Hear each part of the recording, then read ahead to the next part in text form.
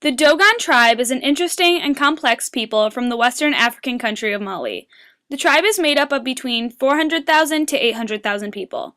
The Dogon tribe have intrigued people from countries all over the world because of their living accommodations, their religious and mythological beliefs, their intricate masks, and their rituals. No one is exactly sure of the history and the origin of the Dogon people. This is because the history and stories of the Dogon have been passed down orally instead of written down.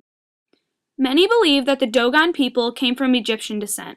In around 1490 AD, the Dogon people fled to West Africa into Mali. The Dogons fled from ancient Egypt because they didn't want to be forced to convert to Islam or to be sold into slavery by the North African slave trade. Once in Mali, the Dogons chose to live in the Bandigara cliffs, in the southeast side of Mali.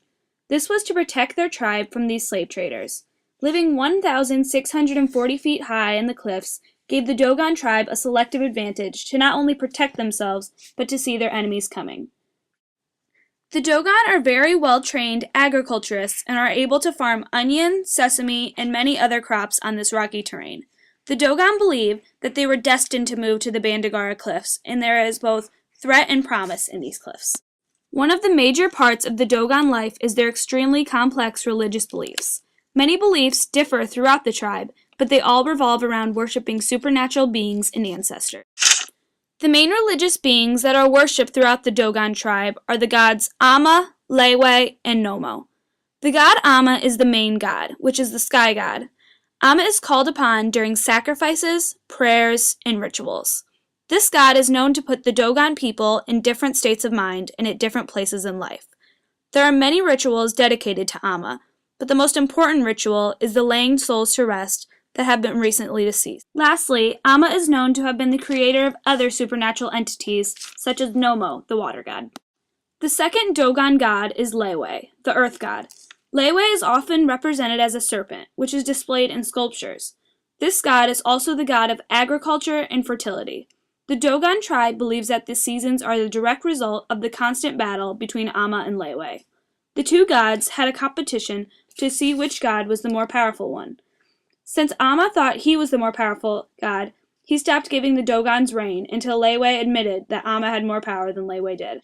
After many dry seasons, the Dogon tribe members begged Lewe to surrender to Amma. Lewe agreed.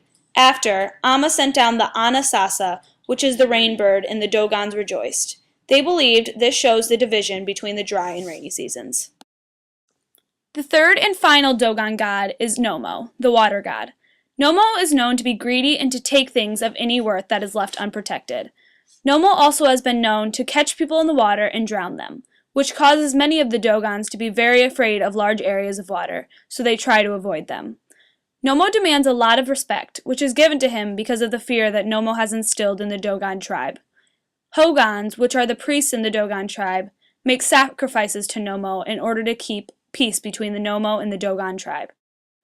Although Nomo is the god of water, Amma still is the one to bring the rain. Nomo, however, is believed to be present in rivers, lakes, and any other bodies of water. Another important aspect of the Dogon tribe's religious beliefs is their belief in the village, called Ana, and bush, called Oru.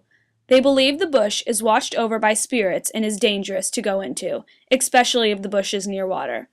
The Dogon believe that witches and sorcerers take human form and roam throughout the bush, especially at night. There's also other spirits that attack people and exchange body parts with them. On the contrary, they also believe there are positive powers in the bush that are hidden in animals and in rocks. They believe these objects contain wisdom, power, and knowledge. Dogons believe animals have very great advanced knowledge. As one of their religious rituals, men called the Oru-Baru lived for a 3-month period in the bush. During this time, the Oru-Baru live as animals. This means they are forbidden to wear clothing, to talk, to sleep in a bed or live in any sort of house, and to have any sexual interaction. Men of the Dogon tribe did this to gain the wisdom the animals of the bush had. Religion is one of the most important aspects of the Dogon tribe members' lives. They mold their everyday lives to become closer and more committed to their gods. The Dogons are a very devout people and continue to show this through many forms of rituals and art. Those art forms include the making of masks and statues, many that not only represent their gods but are worshipped in honor of the gods.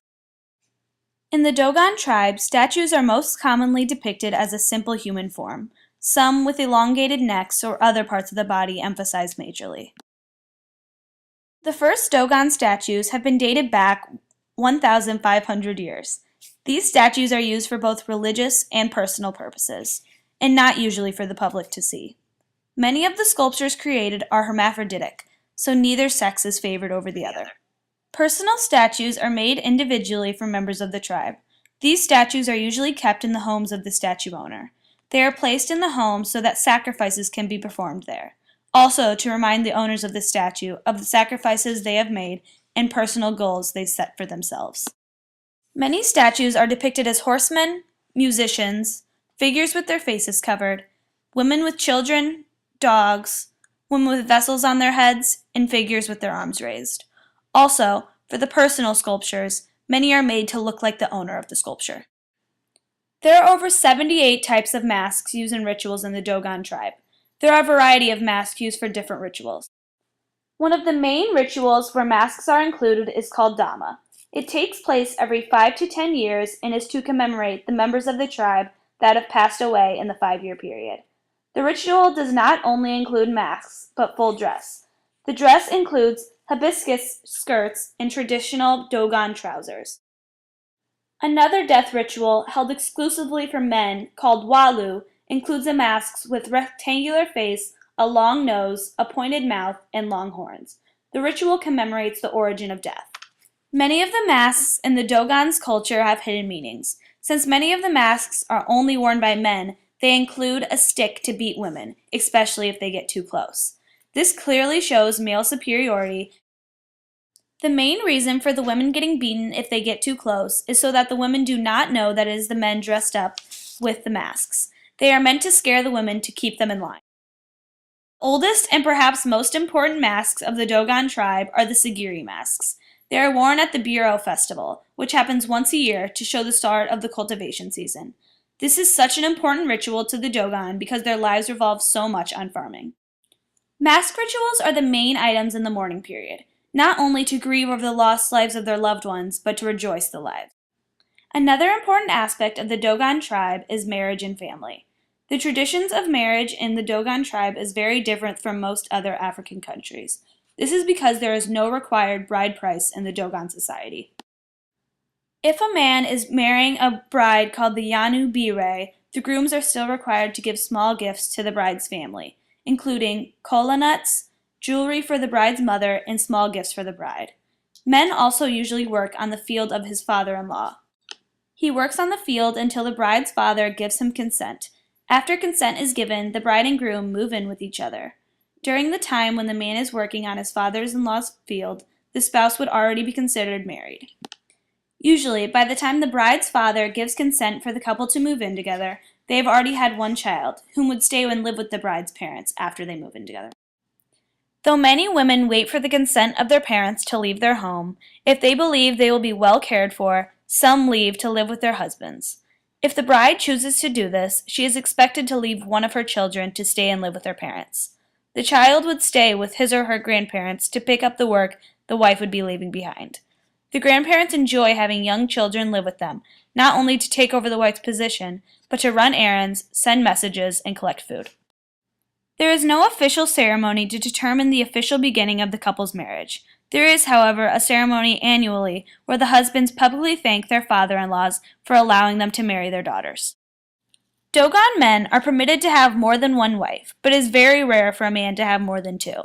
Once a Dogon couple gets married, they usually stay together because their relationship is very stable. It is very rare for a couple with children to get a divorce because it creates problems, not only personally, but with the entire village. Husbands are not able to leave their wives after the first year of marriage. If a woman leaves her husband, she takes only the youngest child with her. The rest of the children stay with the father. There is a second kind of bride called the Yanu Kadai. This bride is taken away from her husband by another man, with the wife's consent. The new husband has to pay a small sum to the bride's father for her hand in marriage. Despite many centuries of threats from slave traders, Islamic leaders, and foreign countries that have ruled them, the Dogon people have maintained their strong sense of family, religion, and hard work, and they will continue to live in harmony with the earth and their gods.